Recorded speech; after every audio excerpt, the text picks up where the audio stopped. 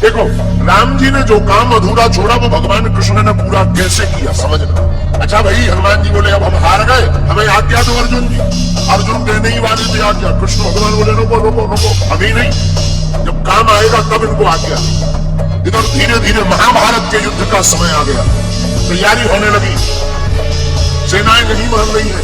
भगवान कृष्ण संधि प्रस्ताव लेकर के भी गए, लेकिन दुर्योधन नहीं माने।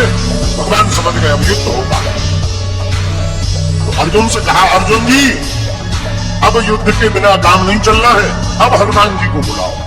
वो जो वचन दिया था, जो हम कहेंगे वो करेंगे, अब वचन दिखवा। तो अर्जुन भगवान कृष्ण हनुमान जी के पास आए, कहा कि आपने जो शर्त हारी थी अब उसको पूरा करना है। हनुमान जी बोले आज्ञा करो। अर्जुन जी बोले सरकार बताओ क्या मांगना है। भगवान कृष्ण बोले अर्जुन, राम अवतार में हमारा युद्ध इनके बिना पूरा नहीं हुआ था, और कृष्ण अवतार में भी हमारा युद्ध इनके बिना पूर्ण नहीं होगा। अर्जुन जी बोले इनकी क्या जरूरत है, क्या हम कम है?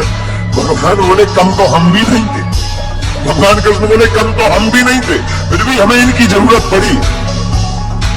अगर ये ना होते तो वो युद्ध पूर्ण नहीं होता।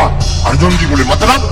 हे अर्जुन, अगर हनुमान जी ना होते समुद्र पार कौन करता? अगर हनुमान जी ना होते, अगर हनुमान जी सहाय नहीं होते तो युद्ध नहीं जीतते।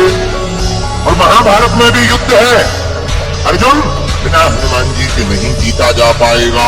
हनुमान जी बोले अब आज्ञा है, ठीक है, लेकिन हनुमान जी हाथ जोड़ के विनोद में बोले सरकार हम तो राम जी के चरणों में रहते हैं। भगवान कृष्ण बोले इस बार हमारे सिर पे रह लेना। देखो यही भगवान की दयालुता है, राम अवतार में जो राम जी के चरणों में हनुमान जी थे, और यही कृष्ण अवतार में उल्टा हो रहा। कृष्ण अवतार में हनुमान जी कृष्ण भगवान के ऊपर ध्वज के ऊपर विराजमान। अच्छा बोले महाराज और तो सब ठीक है, इन बातों बोले क्या हमारी एक आदत है क्या? बोले युद्ध के बीच बीच में सत्संग सुनने की आदत है। अर्जुन जी बोले जय हो। और हनुमान जी बोले क्यों? बोले अगर सत्संग ही होना होता तो युद्ध होता, वहां तो कोई प्रवचन सुनाएगा कि लड़ेगा। हनुमान जी बोले देखो हमारे राम जी तो बहुत अच्छे थे, धर्म रथ का वर्णन करते थे युद्ध में भी। बोले हमको बीच बीच में सत्संग सुनने की आदत है। अर्जुन जी बोले अब आप ही निपटो, सत्संग मांग रहा है ये महाभारत। तो भगवान कृष्ण बोले कोई बात नहीं, आप हाँ बोलो, हम आपको सत्संग भी सुनाएंगे। अब हनुमान जी आए महाभारत में, रथ के ऊपर एक ध्वज लगाया, ध्वज के ऊपर हनुमान जी को स्थान दिया, इसलिए उस रथ का नाम ही कपिध्वज पड़ गया। और हनुमान जी विराजमान हुए ध्वज पर। भीष्म महाराज जब अर्जुन के सामने लड़ने के लिए आए, भीष्म पितामह ऐसे बलवान योद्धा जिनके सामने अच्छे अच्छे लोग कांपते थे, महाराज भीष्म पितामह युद्ध करने आए, वो बाण मारे तो अर्जुन का रथ थोड़ा पीछे हो गए, लेकिन जब अर्जुन बाण मारे तो पीछे दूर गिर जाए। अर्जुन जी हंसकर बोले भगवान कृष्ण से नीचे देखो नीचे, अपना इतना जा रहा, उनका देखो कितना पीछे जा रहा, नीचे देखो नीचे। भगवान बोले ऊपर देखो किसके कारण कम जा रहा, ये देखो।